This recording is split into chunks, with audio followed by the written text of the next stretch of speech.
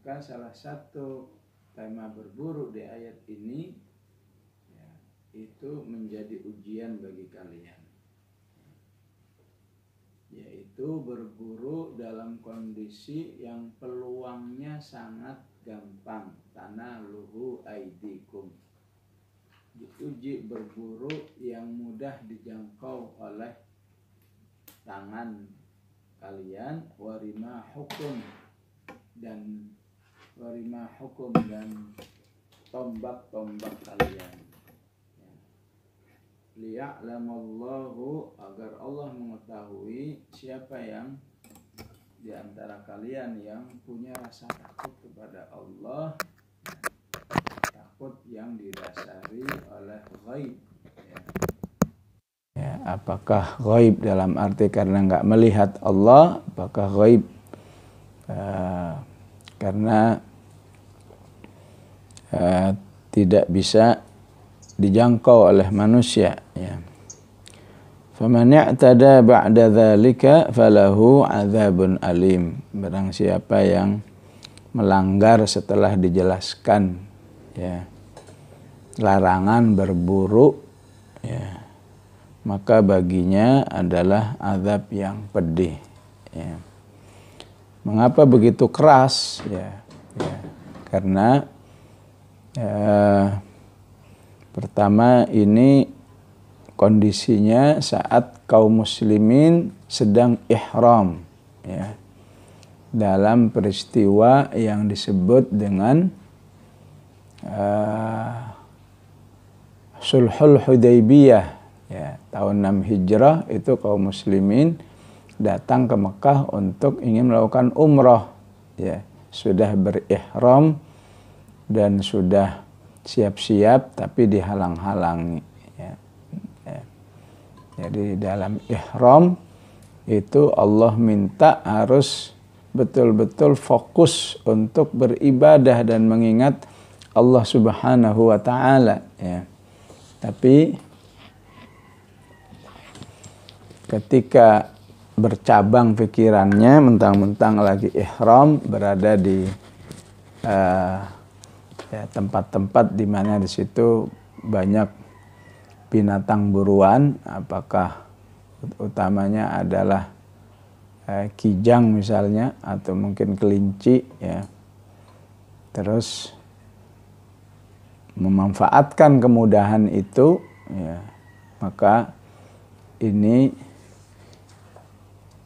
menjadi pelanggaran yang sangat tidak disukai oleh Allah Subhanahu wa ta'ala. Tidak saja karena memang lagi ihram, begitu juga karena kemuliaan tanah haram itu sendiri, ya, yang Allah ingin jadikan sebagai tempat yang aman, ya, bahkan buat binatang. Binatang pun harus aman ketika berada di tanah haram, ya, sehingga Allah melarang, ya, orang-orang yang sedang ihram melakukan perburuan, ya. Ya, di mana letak ujiannya? Allah katakan la yabluwannakum, ya. Letak ujiannya karena kemudahan melakukannya, ya. Istilahnya ada lagi aji mumpung, ya. Kalau benar-benar berniat dari Madinah mau berburu, ya, ke daerah yang mudah, itu mungkin nggak sempat. Tapi ini mumpung lagi ihram, maka Allah nggak kepingin, ya, nggak ada aji mumpung. Semua harus fokus ibadah dan semua harus menghormati tanah haram itu sendiri, yang Allah memang jadikan sebagai tempat yang aman, ya. Di surat akhir Al-Ankabut Allah katakan, awalam yarau anna ja'alna haraman amina wa yatakhattafun nasu min hawlihim afabil batili yu'minuna wa bini'matillahi yakfurun, ya. Tanah haram itu daerah yang aman, ya. Ya, apakah di awal juz 4 surat Ali Imran, wa man dakhalahu kana amina, barang siapa yang masuk, ya, yang masuk tanah haram maka dia aman. Ya. Tapi ayat ini sering jadi penasaran orang-orang yang mentadabburinya. Kalau memang aman, kenapa ada peristiwa Abrahah yang nyerang tanah haram? Ya. Ya, kalau Abrahah masih lumayan, masih istilahnya begitu sampai di Makkah langsung dihancurkan oleh Allah dan diabadikan dalam ayat Alam tara kaifa fa'ala rabbuka bi ashabil fil. Ya. Tapi kalau ibu-ibu baca sejarah yang disebut dengan bangsa Qoromitoh, ya. Bangsa Qoromitoh itu berasal dari Bahrain, ya. Dan ajaran utamanya adalah Syiah, ya. Syiah yang sangat ekstrim, ya. Sampai sekarang mereka masih ada, cuma sudah tidak terlalu parah seperti di akhir zaman Abbasiyah, di mana di akhir zaman Abbasiyah suasana keamanan negara termasuk di tanah haram sudah melemah, ya. Istilahnya polisi-polisi, tentara-tentaranya sudah tidak terlalu banyak yang bisa digaji, sehingga sama bangsa Qoromitoh ini dimanfaatkan untuk membuat kekacauan, ya. Kekacauan di Ka'bah itu sendiri, ya. Nggak tanggung-tanggung, sengaja nyari waktunya Dzulhijjah. Udah pasti kalau Dzulhijjah banyak calon jamaah haji, ya. Dicari pas juga tanggal 8 Dzulhijjah, berarti siap-siap wukuf. Mereka datang menghancurkan Ka'bah, mencuri apalagi mencuri Hajar Aswad, dan banyak membunuh para jamaah. Menurut sejarah kurang lebih 30.000 orang syahid dihabisi oleh bangsa Qoromitoh ini, dan jasadnya dicemplungkan ke sumur Zam-Zam saat itu sampai sumur Zam-Zamnya penuh dengan jasad orang-orang yang dari rumahnya berniat beribadah, ya. Nah, bagaimana dengan ayat di awal juz 4 tadi, wa man dakhalahu kana amina, ya. Nah, ini bisa dijelaskan, ayat yang di Ali Imran bisa dijelaskan dengan Al-Maidah 94-95 ini, ya. Bahwa yang dimaksud ayat sana utamanya adalah siapa yang berada di tanah haram hendaklah dia melakukan tindakan mengamankan siapa saja, ya. Mengamankan dalam arti tidak menyakiti, ya, tidak menyakiti orang lain, tidak menyakiti bahkan binatang, bahkan pohon pun nggak boleh dicabut, ya. Jadi pemahamannya seperti itu. Jadi tidak semata-mata kayak garansi yang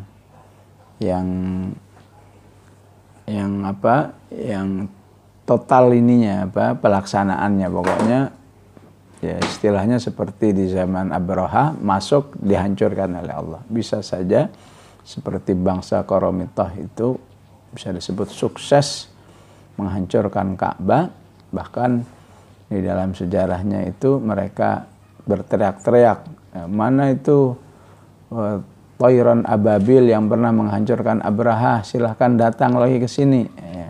Kami siap menghadapi, ya. Tapi nggak datang, ya. Jadi kalau melihat ayat ini, ya, membunuh binatang saja Allah ancam dengan famani'tada ba'da dzalika falahu adzabun alim, apalagi membunuh orang, ya. Ya, yang pada akhirnya memang Qoromitoh ini, tokohnya kalau nggak salah namanya Abu Thahir ini, memang akhirnya diazab oleh Allah di akhir hayatnya, ya. Ya. Jadi wa man dakhalahu kana amina, pahaminya siapa yang masuk tanah haram fa aminu, hendaklah dia menciptakan keamanan, ya. semua berusaha tidak berbuat kezaliman kepada orang lain, bahkan kepada binatang, bahkan kepada pepohonan. Semuanya harus aman berada di Masjidil Haram. Ya. Bahkan orang-orang yang sholihin ya, menjaga diri saat di tanah haram itu sampai dari hatinya. Ya. Sampai dari hatinya. Ya.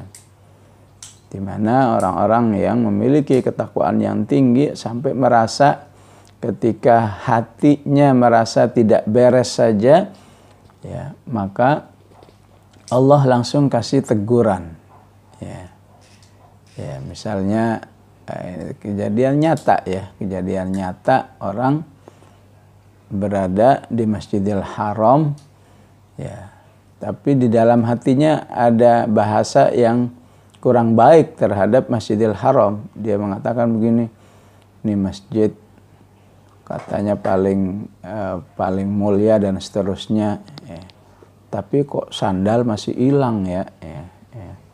Sandal masih nggak aman. Orang kalau masih Masjidil Haram masih harus berusaha menjaga sandalnya, ya. Ya, bahkan di Masjidil Haram masih ada katakan pencopetan, ya, orang bermaksiat, jadi seperti mengecam gitu, ya. Bukan dalam hati doang, ya. Tapi akhirnya ya, Allah masih peringatan kepada dirinya, ya, agar dirinya selalu di dalam keadaan kesolihan, bahkan dalam hatinya. Ya. Nah, itulah adab berada di tanah haram. Ya. Baik ibu-ibu yang dirahmati oleh Allah, kalau melihat ayat 94 ini berarti tidak setiap saat kita berada di saat tidak setiap saat kita berada di tanah haram, ya. Ya, berarti dampaknya kita juga tidak setiap saat mendapat ujian, ya, berburu, la yabluwannakumullahu bisyai'in minas saidi, ya. Ya. Jadi ayat ini sangat temporal dong. Ya, kalau pemahamannya semata-mata ujian bagi orang berada di tanah haram, dilarang berburu. Ya. Nah, inilah pentingnya kaidah tafsir yang mengatakan, ya, al-ibratu bi umumil lafzi la bi khususis sababi. Ya. Ya, semoga ini terus diingat. Ya, saya ingat ini sering saya ulang, ya. Memahami ayat itu tidak boleh semata-mata mengikuti pemahaman khususnya, ya. Pemahaman khususnya yaitu bagi yang ada di tanah haram, ya, haram hukumnya berburu, ya. Ya, itu pemahaman khususnya. Pemahaman umumnya, ya, ini yang harus dicari, ya. Ya, maka pemahaman umumnya, umumul lafzinya kembali kepada ayat liya'lamallahu may yakhafuhu bil ghaib, ya. Jadilah orang yang punya rasa takut kepada Allah, ya. Betapapun Allah itu ghaib bagi dirinya, saat dirinya punya peluang untuk bermaksiat dengan semudah-mudahnya, ya. Ya. Sebutlah misalnya seseorang diamanahi oleh teman-temannya, ibu jadi bendahara aja ya. Ya, ya, tentu ngumpul uang banyak menjadi bendahara, ya. Ya. Seorang bendahara kalau nggak punya takut kepada Allah, gampang banget dia nilep uang umat itu, ya. Ya, tapi ketika dia nggak mau nilep uang itu, dia jaga betul uangnya, ya. Kapan perlu, kapan dibutuhkan uang itu langsung ada, ya. Ya. Dan orangnya mudah dihubungi, ya. Bukan kabur misalnya, ya. Ya. Ketika orang betul-betul menjaga amanah itu, padahal dia gampang sekali kamu bermaksiat, itulah yang disebut dengan liya'lamallahu may yakhafuhu bil ghaib. Berarti dia memang termasuk orang yang punya rasa takut kepada Allah, ya. Ketika dapat peluang untuk mudah bermaksiat tapi tidak bermaksiat. Ya, tentu ini bisa difahami secara luas, ya. Mungkin di negeri lain yang masih menjaga syariat dengan baik, ya, berzina itu nyaris nggak ada peluangnya, ya. Mau bayar nggak bisa, mau ke tempatnya nggak bisa. Tapi kalau di negeri ini, ya, asal ada uang, tahu tempatnya, gampang aja. Ya. Tapi dia tidak mau melakukan itu. Ya. Maka orang seperti inilah yang disebut dengan liya'lamallahu may yakhafuhu bil ghaib. Ya. Orang yang betul-betul punya rasa takut kepada Allah dengan ghaib. Dan dalam banyak ayat orang-orang seperti ini sangat dibanggakan oleh Allah Subhanahu wa taala, ya. Tadi di surat Ar-Rahman, di surat apalagi di surat An-Nazi'at, ya. Di surat Al-Muluk tapi dengan kata lain, innalladzina yakhshawna rabbahum bil ghaibi lahum maghfiratu wa ajrun kabir. Ya, tentu juga tidak boleh seseorang, ya, menjerumuskan dirinya dalam tempat-tempat atau situasi-situasi yang memudahkan dirinya bermaksiat. Ya. Ya. Usahakan tetap menghindar, tapi jika sudah kondisinya berada di dalam situasi atau tempat yang memudahkan maksiat, maka dia harus siap, ya, harus betul-betul takut kepada Allah Subhanahu wa taala. Ya. Baik, kita lanjutkan. Ya ayyuhalladzina amanu, ya. Jadi kalau ayat 94 itu berlaku siapa saja yang berada di tanah haram, ya. Maka dikuatkan lagi, wahai orang beriman, janganlah kamu berburu, ya, saat kamu sedang ihram, ya, sudah berniat, ya, berniat ihram. Bagi laki-laki sudah menggunakan baju ihramnya, ya, dan melaksanakan sunnah-sunnah persiapannya, ya. Maka larangannya lebih kuat lagi, la taqtulus sayda wa antum hurum. Ya.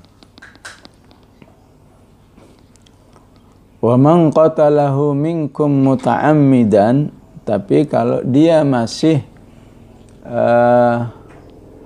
melakukan membunuh binatang buruan secara sengaja, ya, padahal dia sudah dalam kondisi niat ihram, ya. Fajaza'um mithlu ma qatala minan na'am, maka dia kena denda, ya. Dendanya dia harus membayar seharga, ya, seharga binatang buruan yang dia bunuh, ya. Kira-kira dia misalnya berburu kijang misalnya, ya. Kira-kira berapa harga kijang? Ya. Tentu nggak boleh seseorang ngukur diri sendiri. Paling kijang cuma 100.000, gitu, ya. Ya, nggak boleh juga begitu, ya. Ya. Jadi gimana cara menentukan mengganti, ya, mengganti harga binatang yang sudah diburu? Yahkumu bihi dzawa adlim minkum.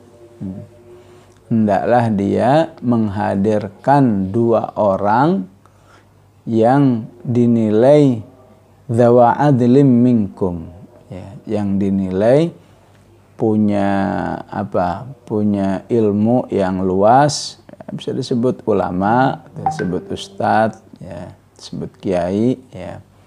Begitu juga terbukti keimanannya, kesolehannya, bukan sekedar pakar saja, bukan sekedar ilmuwan saja, ya. Tapi semua sepakat bahwa si fulan ini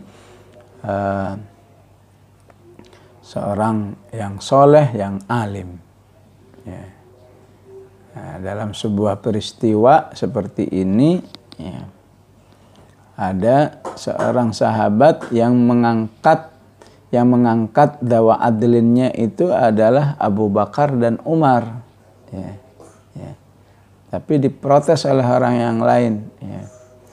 Mentang-mentang dirinya dekat dengan Abu Bakar, Umar, ya, dia menjadikan yahkumu bihi dawa adlin, ya. Maka kata yang diprotes itu, ya, kalau sekelas Abu Bakar, Umar tidak kamu akui sebagai dawa adlin, bagaimana dengan orang lain, ya, ya. Jadi tidak boleh juga apa istilahnya like and dislike, ya, ya, ya. Tidak boleh mentang-mentang dekatnya sama si fulan, ya, kecuali kalau memang, ya, di balik itu memang bisa dipertanggungjawabkan keilmuan dan kesolehannya, ya. Jadi penentuannya adalah nggak bisa pelakunya, harus orang lain yang dinilai dengan sifat dzawa adlim minkum, ya. Hadiyam balighal Ka'bah, ya.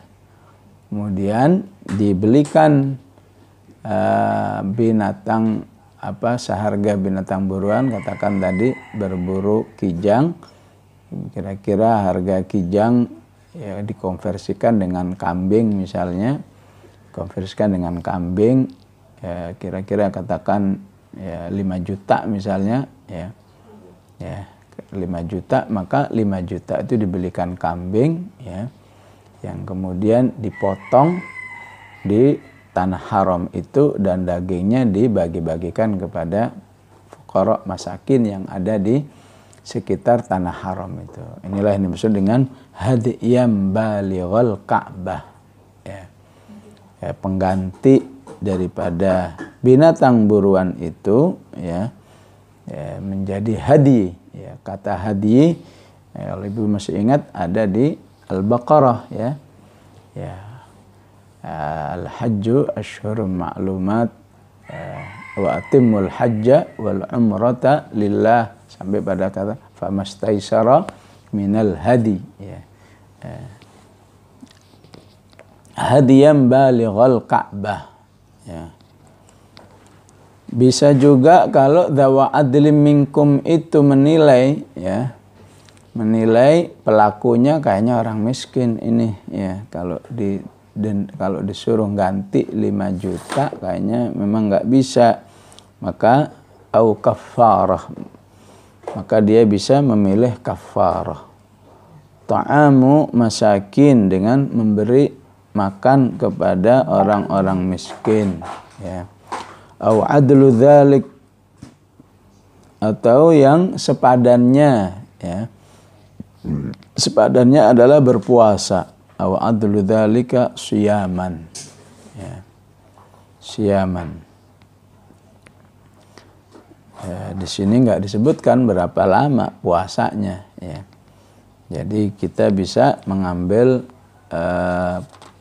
ibrah dari ayat sebelumnya, bahwa sebuah kafarah itu ayat sebelumnya itu ayat 89, ya, ya, dimana kafarah siyam itu biasanya 3 hari, ya, 3 hari. Au adlu dzalika siyama, ya, atau yang sepadannya yaitu berpuasa, ya. Semuanya ini agar menjadi sebuah sanksi atas perbuatan tidak baiknya, liyadzuqa wabala amrih, ya. Ya. Maka siapa yang melakukan semuanya ini, itu akan menghasilkan ampunan dari Allah. Afallahu amma salaf. Allah mengampuni apa yang sudah terjadi, ya, dengan catatan sudah melakukan denda-denda ataupun sanksi-sanksi yang sudah dilakukan. Wa man 'ada fayantaqimullahu min. Ya, kalau sudah melakukan tapi di hari yang lain, di waktu yang lain diulang lagi, itu akan lebih memancing kemurkaan Allah. Fayantaqimullahu min. Ya. Maka siapa yang masih mengulang lagi atas perbuatan jahatnya ini, maka Allah yang langsung yang akan membalas. Wallahu azizun dzuntiqam. Ya, dan Allah itu maha perkasa dan sangat kuat siksaannya. Ya. Jadi dalam sejarah, orang yang ditunjuk sebagai hakim dawa adlin tadi, ya, karena ayat ini dia ketika akan memutuskan kamu harus bayar sekian, biasanya karena ayat ini wa man 'ada fayantaqimullahu minhu, dia bertanya dulu, ya. Anda telah melanggar larangan berburu saat ihram, ini pertama kali atau yang sudah kedua, apalagi yang ketiga dan seterusnya, ya. Ya. Kalau dia jawab ini yang pertama kali, oh ya, baru dia akan memutuskan, ya, apakah dia sudah tahu atau cari informasi. Karena yang Anda bunuh, yang Anda berburu, misalnya kelinci, kira-kira kelinci harganya berapa? Kelinci yang terbagus katakan 300.000, ya Anda harus bayar 300.000, ya. Ya. Tapi kalau dia jawab ini sudah yang kedua kali, apalagi ketiga kali dan seterusnya, maka seorang hakim itu akan angkat tangan, ya. Wah, kalau sudah yang kedua kali, itu urusanmu dengan Allah Subhanahu wa ta'ala, ya. Ya, kalau urusannya dengan Allah berarti lebih gawat, karena dikatakan wa man 'ada, barang siapa yang mengulang perbuatan larangannya, fayantaqimullahu min, maka Allah langsung yang akan menindaknya. Wallahu azizun dzuntiqam. Ya. Ya, itulah penjelasan apa yang tadi saya sebut khususus sabab, pemahaman khususnya, ya, yaitu syariat dilarang berburu saat ihram, ya. Bagaimana dengan kita yang nggak lagi ihram, ya? Ya. Begitu juga nggak berada di tempat yang kita harus berburu, ya. Yang ngapain harus berburu, ya? Ya, tinggal beli dan seterusnya gampang, ya. Maka kita harus bisa mencari umumul lafadznya ataupun mencari ibrahnya agar ayat ini bisa dilaksanakan dalam kehidupan sehari-hari, ya. Ya, misalnya apa? Misalnya, ya, jangan berbuat maksiat di saat atau di tempat di mana seharusnya manusia saat itu akan termotivasi taat kepada Allah Subhanahu wa ta'ala, ya. Jangan berbuat maksiat, bahkan jangan masih kepikiran urusan dunia, ya, di tempat atau di saat seharusnya manusia itu termotivasi untuk taat kepada Allah Subhanahu wa ta'ala, ya. Misalnya apa? Misalnya kita berada di masjid, ya. Di masjid itu udah pasti nggak ada yang lain yang diingat kecuali sholat, zikir, tilawah, dan lain sebagainya, ya. Maka, ya, menjadi bertambah, ya, suatu kegiatan itu menjadi jelek, ya, ya, ketika masih terkait urusan dunia, apalagi bermaksiat. Ya, misalnya di masjid masih ingat-ingatnya gelar dagangan misalnya. Ya, namanya ibu-ibu biasanya nggak boleh ngelihat orang ngumpul di bawah jilbab misalnya. Ya, nawar-nawarin jilbab di masjid, ya, itu menjadi sangat tercela di sisi Allah Subhanahu wa Ta'ala. Ya. Bahkan Rasulullah mengingatkan, negor orang yang seperti ini bukan sekedar boleh negornya negor kasar gitu ya, bukan negor sekedar bu jangan jualan di sini, tutup aja, bukan sekedar begitu ya. Negornya itu boleh dengan bahasa misalnya, Bu, Ibu dagang ya di masjid ya, semoga nggak laku deh, semoga gagal deh, ya seperti itu dijelaskan oleh Rasulullah. Ya.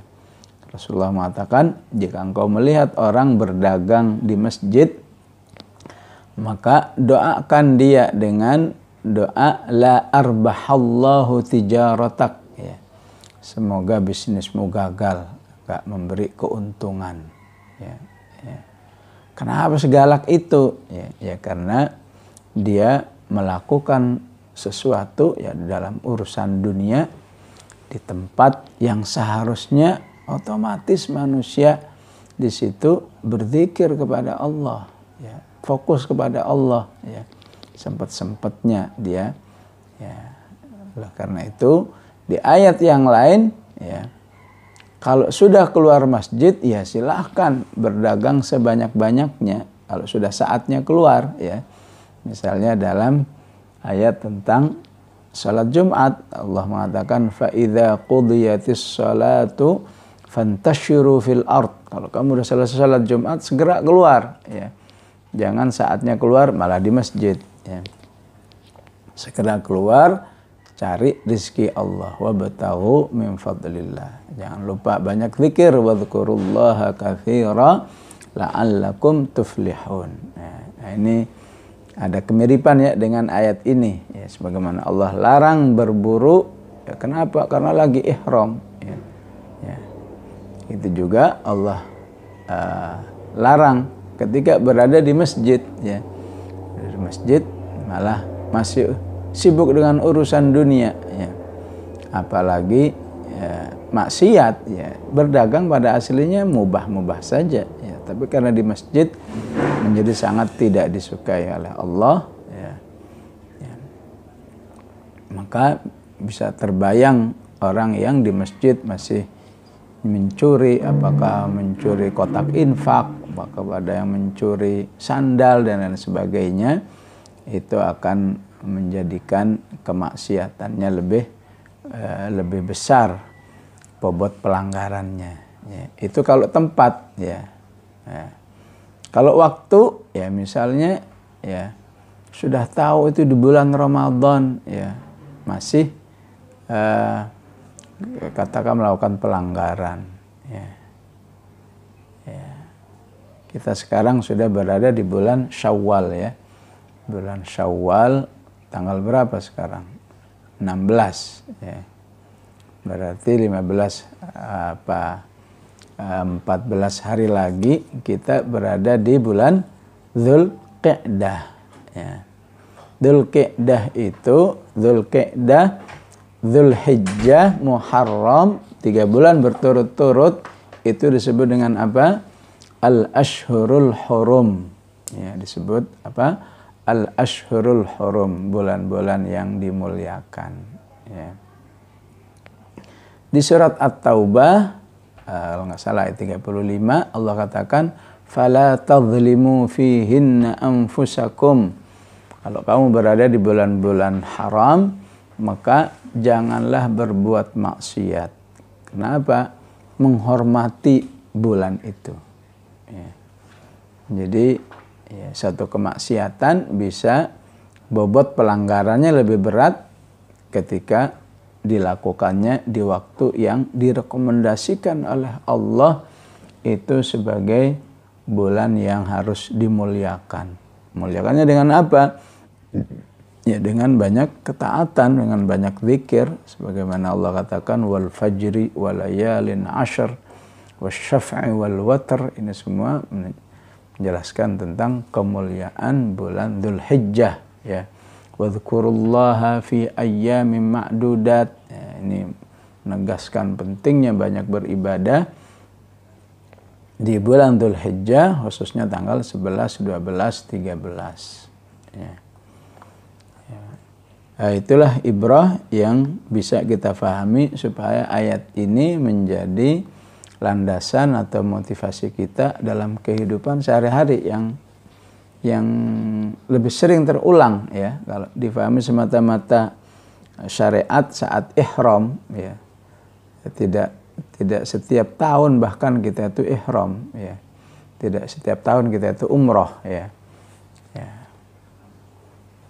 Ya, kecuali yang menjadi pembimbing, ya, pembimbing umrah atau pembimbing haji bisa setiap tahun, ya. Tapi umumnya tidak setiap tahun seorang melakukan umrah.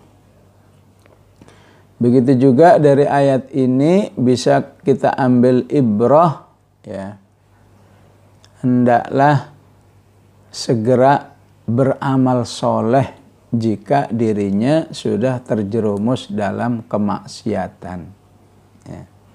Hendaklah, ya, segera beramal soleh ketika dirinya sudah terjerumus dalam kemaksiatan. Ya. Syukur-syukur bisa amal solehnya semacam ini. Fajaza'um mithlu ma qatala minan na'am. Ya. Amal solehnya ada kesepadanan, ya. Ya. Katakan tadi saya bermaksiat kurang lebih setengah jam misalnya, maka minimal setengah jam lagi saya akan bertobat, ya. Tilawah Quran setengah jam juga, atau bahkan saya akan tilawah 1 jam, tilawah 2 jam, ya. Atau pakai sodakoh misalnya, karena tadi saya sudah bermaksiat, maka saya akan bersodakoh yang apa istilahnya seperti dikatakan ayat lan tanalul birra hatta tunfiqu mimma tuhibbun. Sodakoh yang betul-betul berarti, ya. Bagi saya kalau 100.000 ini betul-betul berarti, maka saya harus bersodakoh, ya. Ya. Ataukah dia lebih mengharuskan karena kemarin sudah bermaksiat di hari Rabu, maka saya Kamis ini harus berpuasa, ya.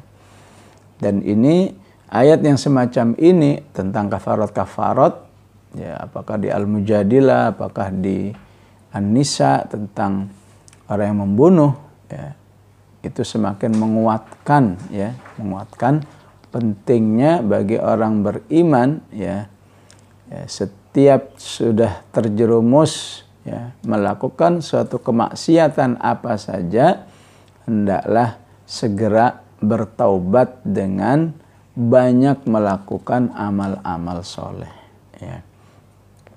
Terlebih prinsip ini diungkapkan di akhir surat Hud. Allah katakan innal hasanat yudhibnas sayyiat, ya. Bahwa amal-amal soleh itu tidak saja berfungsi menghasilkan pahala, tapi juga menghapus dosa-dosa itu, ya, menciptakan ampunan dari Allah Subhanahu wa Ta'ala, ya. Yang penting istilahnya hasanat, ya. Ya. Amal solehnya nggak sedikit, harus banyak. Hasanat itu jamak, ya. Al hasanat yudhibnas sayyiat, ya. Bahkan tidak mustahil dengan hasanat itu selain menghapus juga apa? Juga membangun satu ruh atau ruhiyah yang lebih baik sehingga lebih terjaga untuk tidak mengulangi lagi, ya. Ya. Ya, bahkan syariat seperti ini, ya, berlaku juga dalam hal-hal yang sifatnya meninggalkan ketaatan. Ya. Ya. Meninggalkan ketaatan itu bagi orang yang soleh juga dirasakan sebagai satu pelanggaran bagi dirinya. Kok bisa-bisanya orang seperti saya tidak qiyamul lail misalnya, ya. Kok bisa-bisanya orang saya sudah ditarbiyah, sudah dikasih ilmu ini, ilmu itu, tidak misalnya baca wirid tertentu misalnya, ya. Maka itu pun disyariatkan oleh Rasulullah Sallallahu Alaihi Wasallam agar semacam seseorang itu memberi sanksi dirinya dengan amal soleh yang lain, ya. Contoh dalam hadis, siapa yang katakan semalamnya tidak sholat, tidak qiyamul lail, ya, apakah ketiduran, apakah lagi kurang sehat, maka paginya dianjurkan untuk sholat sunnah lebih banyak. Ya. Ya. Syukur-syukur sholat duhanya menjadi 8 rakaat. Ya. Qobliyah zuhurnya 4 rakaat. Ba'diyah zuhurnya 4 rakaat. Qobliyah asarnya 4 rakaat. Ya. Nah, diharapkan dengan siangnya memperbanyak, ya, maka keteledorannya meninggalkan qiyamul lail itu tidak terlalu berdampak terhadap kondisi jiwanya, ya. Karena bagi keimanan yang lebih tinggi atau istilahnya bagi muqarrabin, ya, meninggalkan amal soleh itu terasa sebagai sebuah pelanggaran karena dia mengkhawatirkan akan mengalami apa yang disebut dengan qaswatul qalb, ya, mengalami hati yang mengeras, ya. Maka kalau segera diberi kafarat, ya, diganti dengan amal soleh yang lain, ya, nah, itu yang dianjurkan. Ya, kalau nggak bisa amal soleh yang lebih terjangkau misalnya karena semalam tidak qiyamul lail, maka sepanjang hari ini saya harus membaca minimal 3 juz misalnya, ya.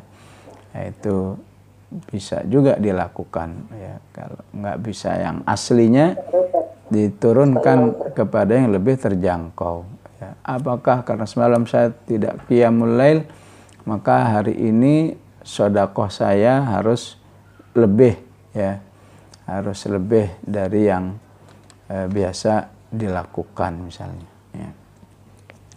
Baik ibu-ibu, itulah ayat 95, ya, baik khususul sababnya ataupun umumul lafaznya, ya. Berikutnya, syariat berikutnya Allah katakan uhilla lakum syaidul bahri, ya. Dihalalkan bagimu, ya, memancing ikan di laut, ya. Ya. Maksudnya andaikan lagi ihram juga misalnya, ya, mancing sebentar, ya, itu halal baginya, ya. Atau secara umum bahwa semua yang dihasilkan oleh laut, ya, hukumnya halal, ya. Baik ngambil ikan sudah dalam keadaan hidup atau ngambil ikannya dalam keadaan sudah mati, ya. Jadi dalam syariat Islam nggak ada istilah bangkai ikan, ya. Ya. Ya. Inilah yang dimaksud dengan wa ta'amuhu, ya. Wa ta'amuhu itu kalau terjemahnya makanan, ya. Maksudnya apa, ya? Maksudnya apa yang dihasilkan dari laut, ikan dari laut itu halal, baik yang diambil dalam keadaan hidup maupun yang diambil sudah keadaan mati, ya. Wa ta'amuhu, ya. Dalam keadaan mati ataupun dalam keadaan dihempas oleh ombak sehingga dia minggir ke ke pantai, maka itu menjadi halal untuk dimakan, ya. Wa ta'amuhu mata'an lakum, itu sebagai kenikmatan yang Allah berikan kepadamu, walisayyarah, ya. Begitu juga bagi orang-orang yang sedang dalam perjalanan, walisayyarah, ya. Sayyarah di sini para musafir, ya. Yang pernah belajar bahasa Arab biasanya kalau sayyarah itu ya mobil, ya. Jadi kata sayyarah ada di ayat ini dan ada di surat Yusuf, waja'at sayyaratun fa'arsalu waridahum fa'adla dalwah. Artinya sama, adalah kafilah atau orang yang sedang bepergian. Dari kata saro yang artinya berjalan, sayyarah orang yang banyak jalan, ya. Kalau kata orang Sunda apa? Banyak kurilingan, ya.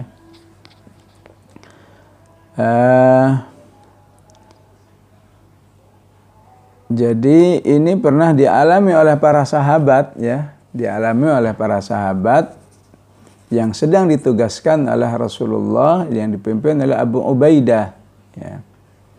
Ya. Saat berada di pantai, ya, nampaknya itu kalau dalam riwayat itu ada al-anbar katanya. Al-anbar itu mungkin kalau bahasa kita ikan paus kali, ya. Ada ikan paus yang terpinggirkan ke pantai sehingga para sahabat semua menikmati, ya, ya, dijadikan makanan, ya.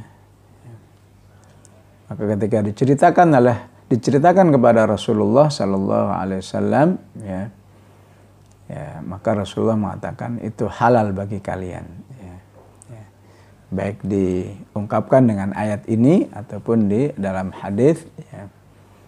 Uhillat lana maitatan, ya, dihalalkan kepada kita dua bangkai, yaitu as-samaku wal jaradu, ya, yaitu ikan dan belalang, ya. Bahkan Rasulullah meminta kepada para sahabat, masih ada sisanya enggak, ya, saya untuk mencicipi, ya. Maka para sahabat pun menghadirkan, ya, daging ikan itu, ya, sehingga buat para sahabat semakin tenang gitu, ya, bahwa halalnya ikan itu tidak saja sebuah takrir, ya. Kan hadis itu bersifat takrir dan bersifat qaul, ya, bersifat pernyataan dan bersifat perbuatan, ya, pernyataan ataupun perbuatan, ya. Maka Rasulullah membuktikan bahwa halalnya bangkai ikan ini, ya, tidak saja saya menyatakan tapi saya juga makan nih, ya. Ya. Wa hurrima alaikum saydul barri, ya. Diungkapkan lagi, menguatkan ayat 95, dan haram bagi kalian, ya, berburu, ya, binatang darat, ya, kalau laut boleh. Wa hurrima alaikum saydul barri mahdumtum huruma, selama kalian masih ihram, ya. Wattaqullaha alladzi ilaihi tuhsyarun, dan takutlah kepada Allah, ya, yang kepadanya kalian akan dikumpulkan, ya. Ya, inilah ciri khas penjelasan hukum dalam Al-Quran, ya. Ya, tidak pernah melepaskan dari nilai-nilai akidah, ya.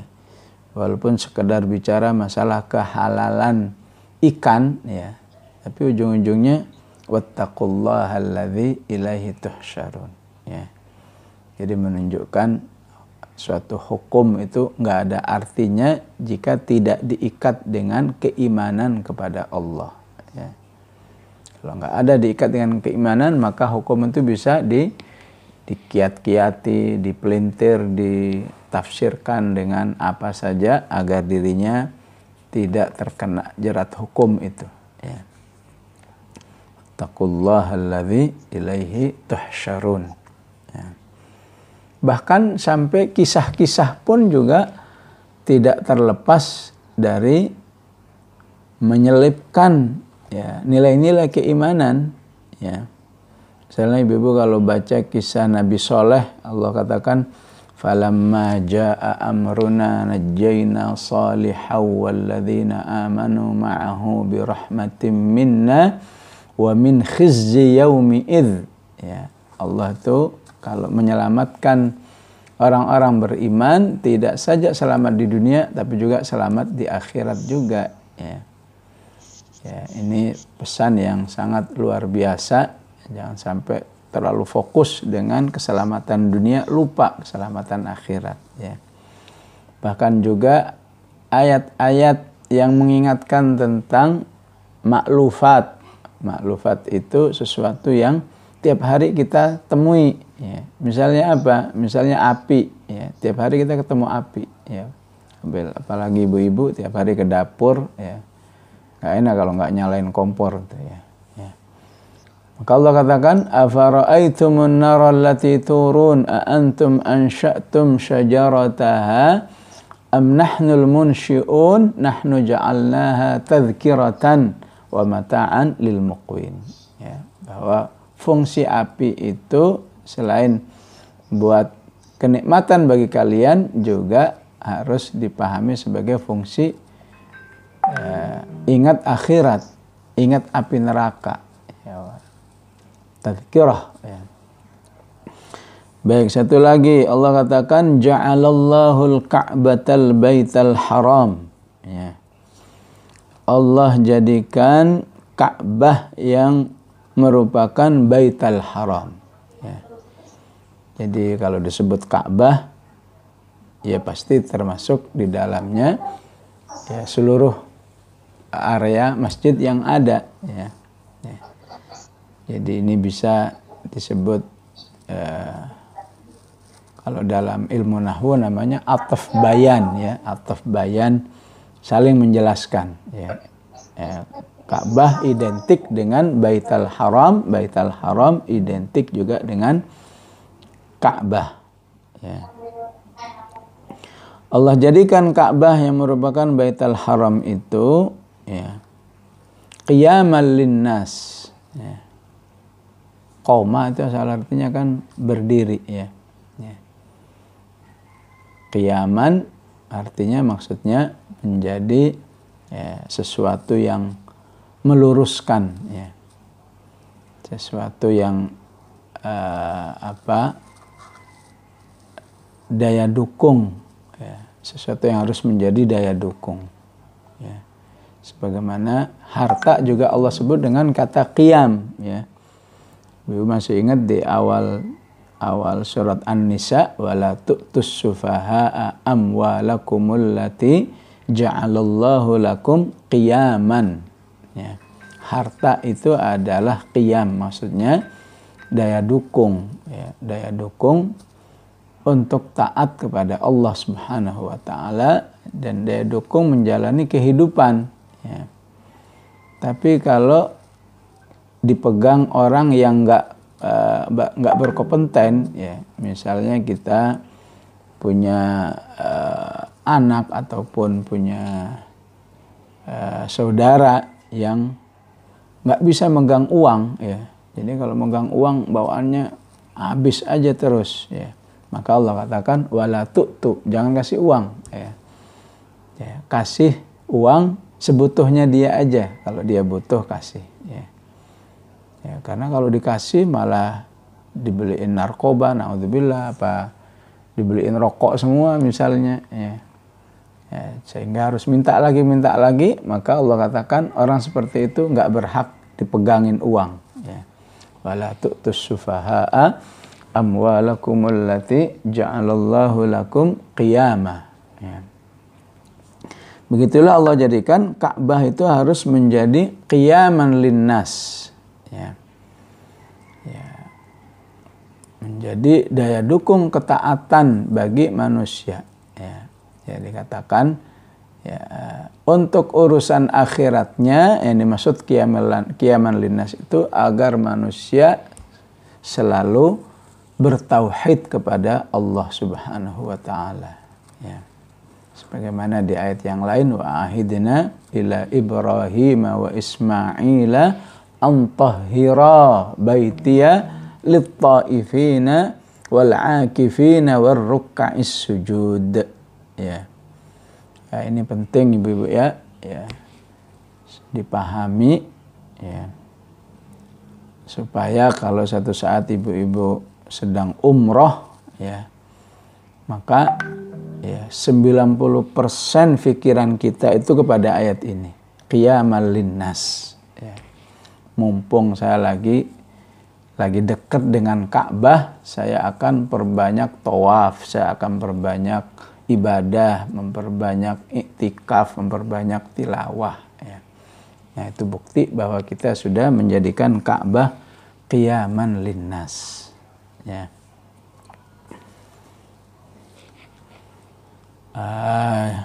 Jadi sesuatu yang bertentangan dengan qiyamal linnas, mumpung saya lagi di Makkah ya, tiap hari tiada hari tanpa belanja misalnya ya. Nah, ini bertentangan dengan qiyamal linnas ya. Pasti orang seperti ini niat ibadahnya tidak kuat ya, lebih kepada rekreasi ya.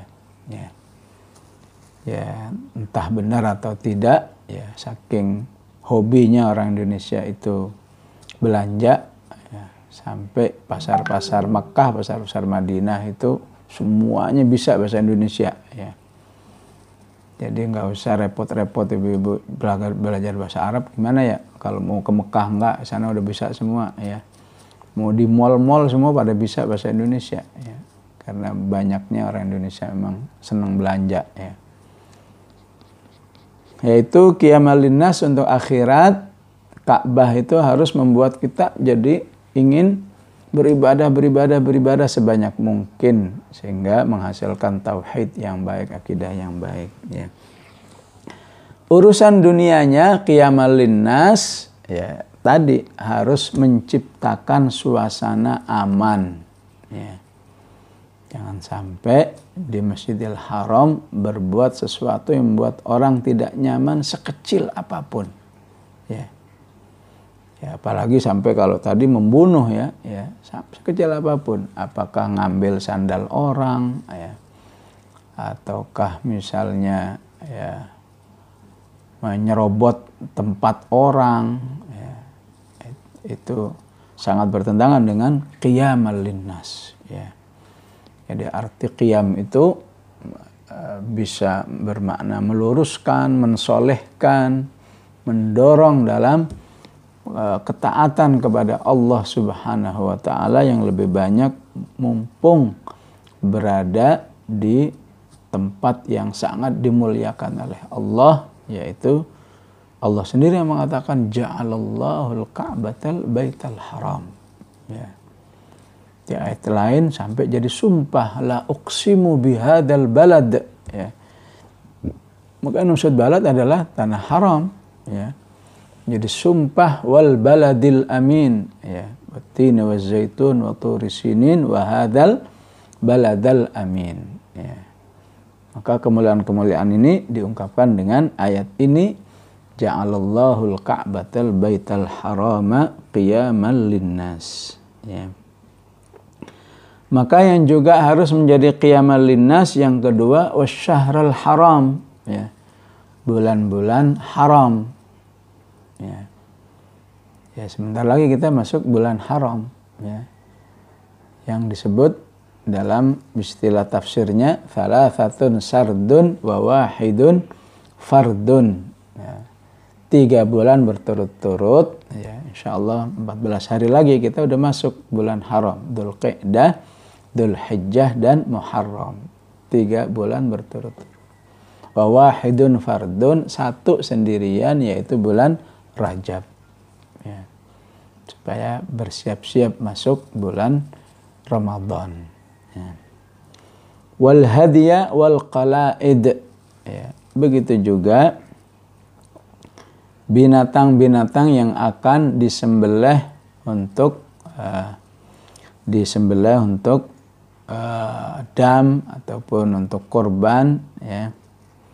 itu juga merupakan qiyamal linnas, untuk meningkatkan kesalihan, ya. Ya. Ya, sebagian menafsirkan ya qalaid itu ya kalung-kalung, ya.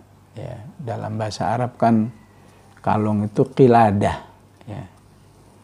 Jadi menguatkan jangan sampai binatang-binatang yang akan dijadikan al-hadyi, yang sudah ditandai dengan kalung itu, ya, dibatalkan, nggak jadilah, ya, ya. Ya, ataupun pemahaman yang lain, qalaid ini adalah ya onta-onta yang sudah dipersiapkan untuk al-hadyi, ya.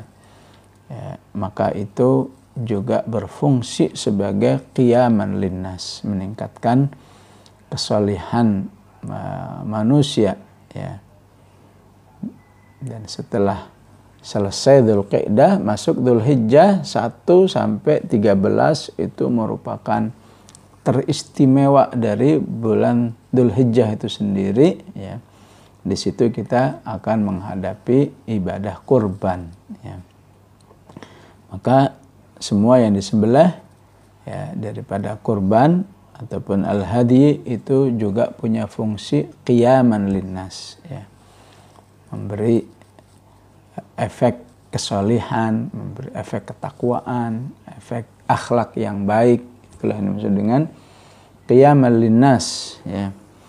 Maka syariat ini tujuannya apa? Dzalika lita'lamu annallaha ya'lamu ma fis samawati wa ma fil ard, ya. Agar engkau mengetahui bahwa Allah itu maha tahu terhadap apa yang ada di langit dan di bumi, ya. Intinya apa? Intinya dengan menjadikan 3 hal ini, Ka'bah, Syahrul Haram, wal hadya wal qalaid, terjadi peningkatan ma'rifatullah, rasa kenal dengan Allah, ya. Dikuatkan lagi wa annallaha bikulli syai'in alim, ya. Maka terciptalah sebuah keyakinan bahwa Allah itu maha tahu terhadap semua yang ada dalam kehidupan ini, termasuk yang ada diri kita, ya. Kedua, ya, dari ma'rifatullah itu agar bisa menghasilkan rasa takut kepada Allah, ya.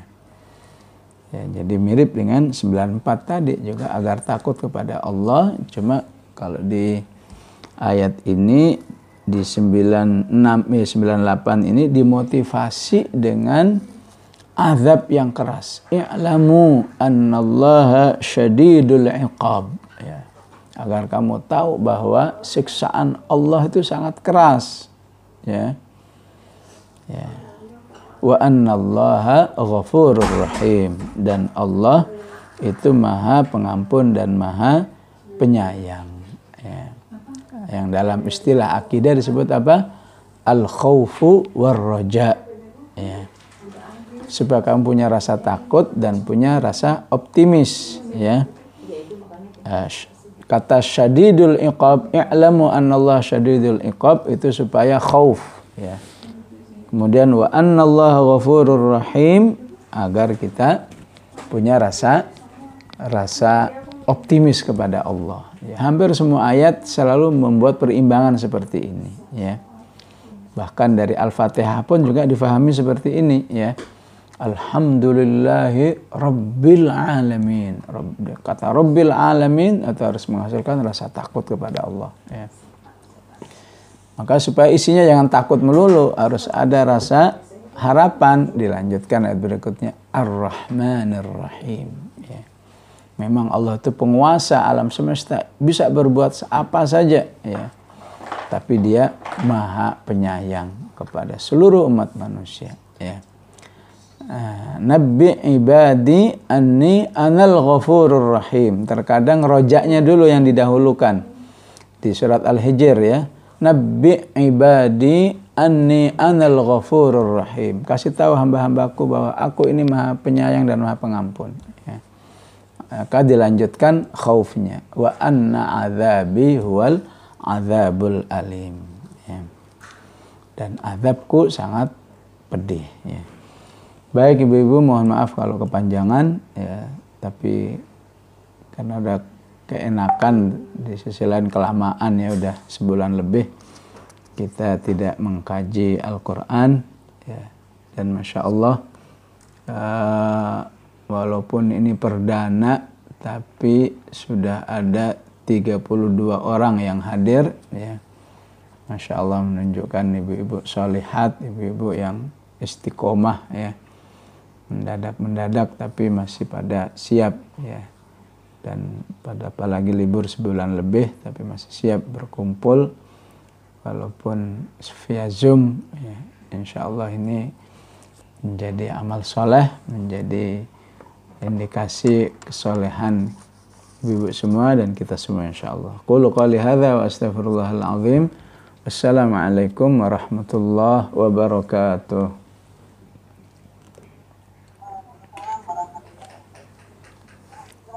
Jazakallah khair Ustaz. Iya, oke.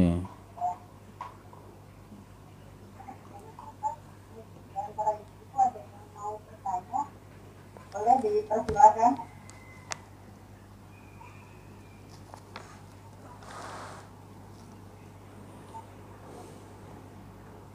Ya, masih ada waktu 15 menit lagi untuk bertanya.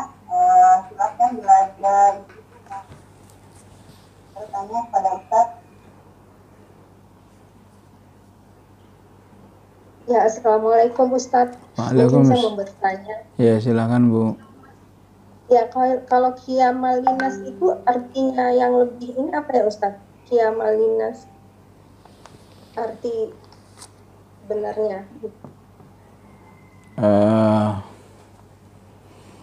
Ya memang dalam terjemahan ada yang kalau saya baca di terjemahan itu kalau di ayat ini artinya tempat berkumpul ya.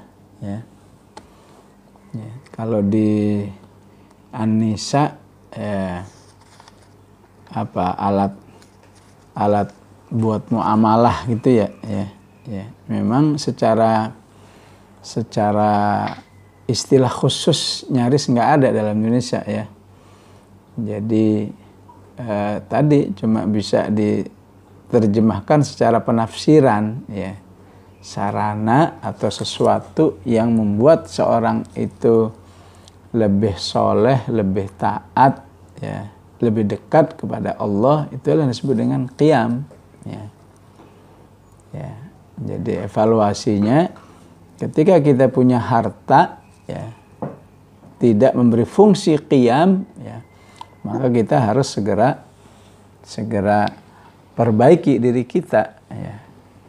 Karena Allah katakan fungsi harta itu qiyam, wala tu'tus sufaha amwalakum allati ja'alallahu lakum qiyaman ya.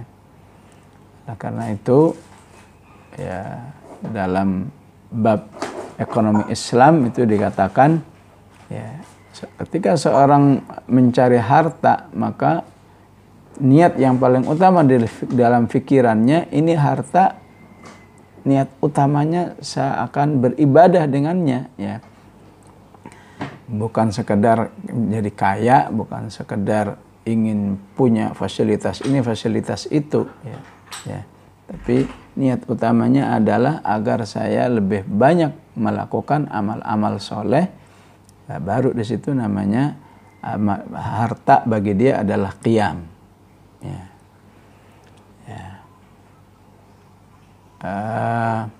Sebagaimana yang dicontohkan dalam hadis arba'in ya, dhahaba ahlud duthuri bil ujur, itu menunjukkan hartanya sudah qiyam ya.